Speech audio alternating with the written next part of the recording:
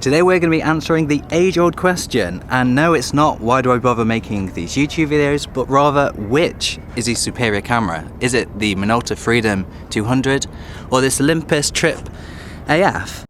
To kick things off, we're going to be using the Olympus Trip AF first. Now, both of these cameras, obviously, they're fully automatic. The only real option that you have to change on the Olympus Trip is which ISO you're going to use, whether that be ISO 100 or 400. Unfortunately, the film that I have is 200, so we're going to make that work by pushing it one stop to 400.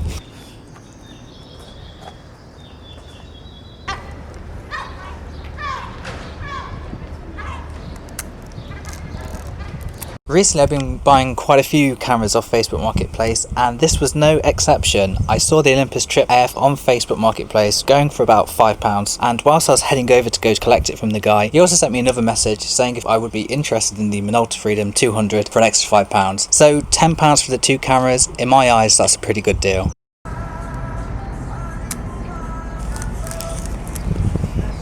If you make it to the end of the video, then you'll get to find out what exactly I'm going to do with these two cameras, whether I sell them or keep them. But first, you're going to have to watch the rest of my trip in Croatia.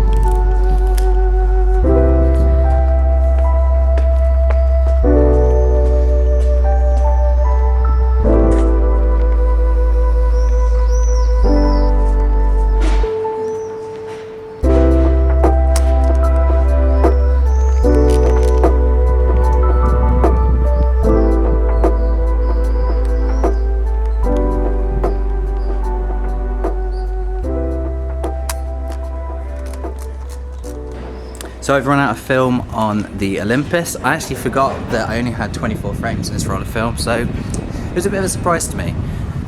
Luckily enough, I have, I think, 36 frames in the roll of film that I have loaded in the Minolta, so I'm now going to switch over to the Minolta.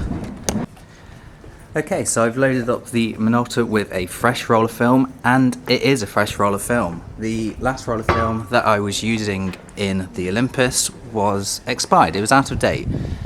So the mixture of using this old retro camera that is fully automatic, there isn't really much choice you can do with the exposure, and the out-of-date film might possibly not work too well. But this is slightly more modern, I think, and also... Anyway, I was saying, also, there's a roll of film that isn't expired, so fantastic. Already, I think this camera is slightly easier to hold than the Olympus AF Trip, which I think the previous camera has a bit more character, but already this is a lot more user-friendly.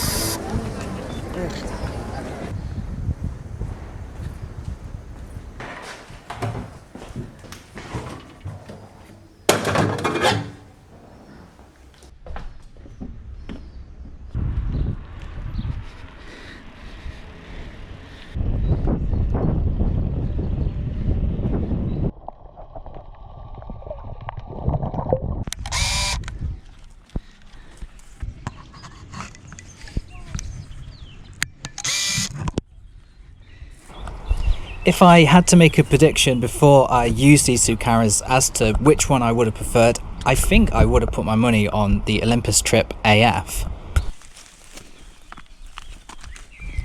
However, I think the Minolta has charmed me. Even though the previous camera, the Olympus, is a lot cooler, it's more of an interesting looking camera, there's something about this Minolta that I really like.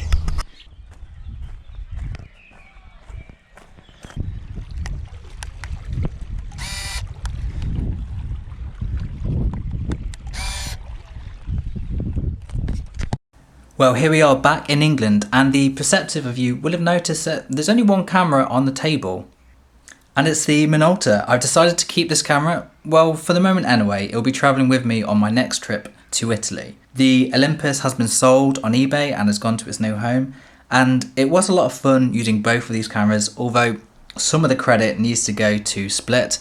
I don't know how much fun I would have had if I were using these cameras in, I don't know, somewhere like Doncaster, for example. I did enjoy the novelty of the Olympus Trip. I liked the manual wind on. The camera had quite a lot of character, but the usability of the Minolta, and more importantly the picture quality, was a lot better than the Olympus Trip. And I know, and it's very important to say, this wasn't a fair scientific test, but I was really impressed with the look, the tone, the sharpness of the images that came from the Minolta Freedom 200. And I think that the most important thing from this, if you can call it an experiment, is discovering how good of a picture quality can actually come from one of these point and shoot cameras. Previously, I'd only really had an interest in the traditional SLR metal cameras, but it's made me a lot more open-minded to the world of point and shoot.